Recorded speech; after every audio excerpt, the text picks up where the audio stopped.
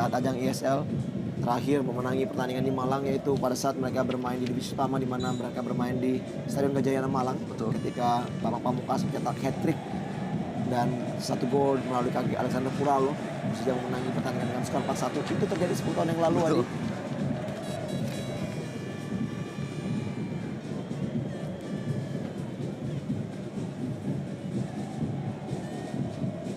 Tanggal 15 Maret 2003 terakhir kali Persija memenangkan partai di Malang. Dan kita lihat reaksi bersahabat dari Hendro dan juga Alfarizi memang. Dan ini menurut saya mungkin agak sedikit membuat terlalu tinggi memang.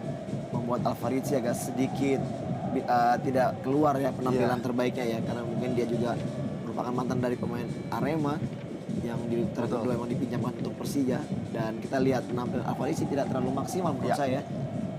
Intensitas permainan yang biasanya terlihat dari game seorang Alfarizi jauh menurun di partai kali ini. Dan memang cukup mengejutkan juga pemain pinjaman dari Arema diperbolehkan bermain menghadapi timnya. Biasanya tidak terjadi. Ya, semua itu memang tidak terlepas dari perjanjian yang dilakukan antara kedua tim. Mengingat memang Alfarizi adalah pemain muda, tentunya juga memerlukan jam terbang yang lebih banyak. Rahmat Afandi gagal melewati kawalan dari Purwaka tadi. Dedi umpan jauh ke depan.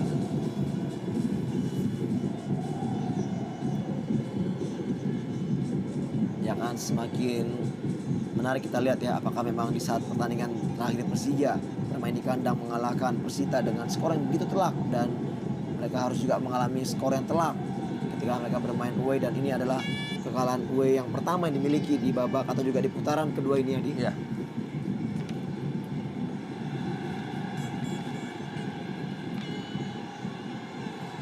Devri Rizky. Yang tujuh adalah Rahmat Afandi. Namun lagi-lagi begitu luar biasa penampilan dari Iqbal Nevo menggalang lini pertahanan.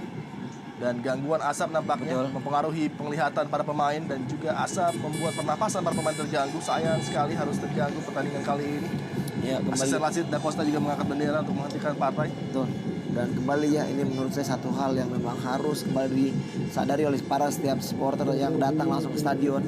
Karena dengan pertandingan yang kita bilang bisa katakanlah cukup menarik dan harus diganggu dengan kondisi seperti asap yang akan mengganggu jalannya pertandingan. Saya pikir memang kesadaran yang harus juga dimiliki oleh para penonton di saat mereka datang ke dalam stadion untuk menyaksikan langsung pertandingan. Untuk sementara mitra sepak bola, pertandingan dihentikan sejenak akibat asap yang masih mengganggu di atas lapangan Stadion Kanjuruhan.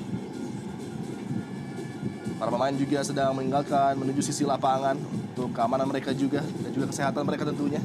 Dan tentunya ini juga menjadikan satu pelajaran ya bagi para pantau di setiap stadion atau juga sebagai penyelenggara di setiap pertandingan untuk melakukan atau juga pemeriksaan sebelum para penonton masuk dalam lapangan, supaya mencegah para penonton membawa benda-benda yang akhirnya bisa merugikan jalannya pertandingan seperti ini. Dan kita masih menantikan tentunya berlangsungnya kembali pertandingan ketika asap sudah meninggalkan lapangan. Dan ini dia tayangan ulang dari highlights yang terjadi di babak kedua. Peluang bagi Kemonye tadi, off the line dari Purwaka. Pengawasan yang sangat baik tadi. Wajah terheran-heran dari Jakmania yang hadir di stadion. Nah, kita melihat dua kapten, Fabiano Beltran dan juga Kurnia Mega, dipanggil oleh wasit. Dan tidak lama lagi memang pertandingan diharapkan dapat dilanjutkan kembali ketika asap sudah meninggalkan lapangan Kanjuruhan. Dan ini tayangan ulang dari gol yang tercipta Alberto Goncalves. Ada klaim dorongan dari Ismet. Memang tidak terlihat tadi ya. Iya. Adanya dorongan dari Alberto Goncalves. Seperti memang tadi ada perebutan bola di bawah ya. Iya. Ini dia berusaha melakukan tendangan tadi Beto, dan sementara Ismet kehilangan keseimbangan, terjatuh, dan bola kembali dikuasai oleh Beto dan melakukan flashing begitu gampang. Ciri khas dari Kurnia Mega yang ikut merayakan gol yang diciptakan oleh Beto tadi. Reaksi kecewa dan juga frustrasi mungkin dari Ismet Sofyan. Betul. Dalam pressure tinggi dari para pemain tuan rumah. Tentunya juga memang ini adalah suatu masalah bagi para pemain belakang ya, yang harus melakukan defense berkali-kali untuk bisa mencegah para pemain lawan mencetak gol ke gawang timnya. Dan ini mungkin kondisi yang dimana Ismet yang sudah mulai terpecut emosinya Iya. karena timnya memang dalam tekanan. Suasana di bangku penonton dipenuhi dengan warna biru tentunya. Dominasi warna kebesaran dari Arema Indonesia. Hal unik pada partai malam ini adalah ketika kita melihat dua pelatih juga pernah saling membela ataupun menukangi klub satu sama lain. Rahmat Darmawan pernah di Persija dan juga Benny Dolo pernah menukangi Arema Indonesia. Pelatih Benny Dolo pernah berjaya bersama Arema dengan torehan 3 gelar yang dipersembahkannya, juara Liga Divisi 1 2004 dan juga Copa Indonesia 2005 dan 2006. Sedangkan Rahmat Darmawan pernah menukangi Persija Jakarta pada musim 2010-2011 dan mengantarkan Macan Kemayoran menduduki peringkat ketiga di bawah Arema yang kala itu menyabet posisi runner-up. Dan kita sepak bola, kita masih menantikan tentunya perkembangan dari kelanjutan partai di Stadion Kanjuruhan. Kita lihat asap masih tebal berada di atas lapangan permainan. Kita kembali menuju lapangan Kanjuruhan sambil menunggu tentunya kelanjutan babak kedua partai big match Arema Indonesia menghadapi Persija Jakarta. Terlihat berbincang tadi Bendol dengan Ismet Sofyan. Dan kita lihat juga Final Huta Barat memang cukup sulit bagi para pemain berlaga apabila flare ataupun asap-asap ini tetap mengganggu pertandingan. Dan tentunya juga ada kampanye sebenarnya dari Aremania untuk no flare, no fireworks sepanjang 90 menit, namun nampaknya tidak berjalan mulus. Dan kembali terjadi, dan memang gini juga asap juga pasti akan mengganggu pernapasan dan juga penglihatan para pemain di lapangan.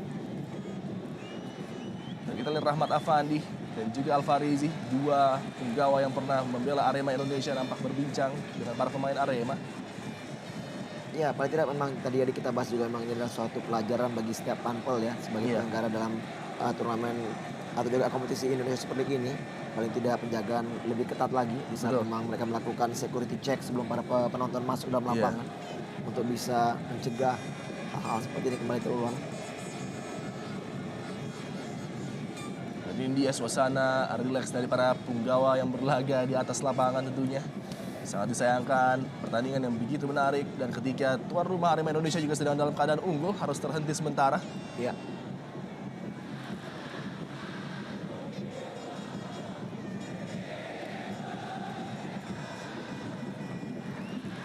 Arema Indonesia di babak kedua memang lebih mengandalkan counter attacking football fake ketika Persija sudah mulai menemukan performa penyerangan terbaik, namun lagi-lagi beberapa celah yang terjadi di lini pertahanan dapat dimanfaatkan oleh serangan balik yang begitu tajam dari Arema Indonesia, terutama dari Beto dan juga El Loco Gonzalez yang selalu mengancam. Terjadi satu perubahan strategi di situ, Adi. Di saat babak pertama kita lihat bagaimana para pemain langsung diinstruksikan untuk melakukan tekanan, melakukan pressing ketat bagi Persija, sehingga Persija tidak bisa mengembangkan pertandingan atau juga permainan. Dan akhirnya Arema mendapatkan 2 gol. Dan di babak kedua ini kita lihat bagaimana Coach RD merubah permainan yang mereka menunggu. Dan mereka lebih bermain zona marking ya, di mana mereka tidak melakukan pressing di sana, dan di saat Persija melakukan serangan demi serangan, pada saat para pemain Arema mendapatkan bola, mereka langsung melakukan counter dengan cepat, dan akhirnya terbukti dari kita lihat bagaimana gol tercipta, gol ketiga bagi Beto Gonçalves. Walaupun memang tadi diklaim oleh Ismet yang merasa didorong, sementara memang kita lihat memang adanya sedikit tendangan atau gangguan memang dari belakang, namun agak sedikit berbeda. Kita lihat bagaimana dari tayang ulangnya bahwa memang indikasi dari Ismet yang mengatakan bahwa dia didorong agak sedikit berbeda. Sebenarnya tendangan lah atau juga gangguan kaki lah tadi yang terjadi di sana, sehingga akhirnya Ismet juga kehilangan keseimbangan. Dari permainan yang terjadi di babak kedua, pergantian juga dilakukan oleh RD dengan Sukadana yang keluar digantikan oleh Hendro Siswanto. Benar-benar menunjukkan intensi dan betapa detailnya permainan ataupun strategi dari seorang coach RD. Betul. Dan memang sebenarnya juga ada satu hal positif dari tim Persija sendiri, di mana kita lihat Rahmat Afandi juga, kita lihat bagaimana Iwan Budianto dan juga Ferry Paulus saling berangkulan bercanda. Memang kita lihat di sini adalah ajang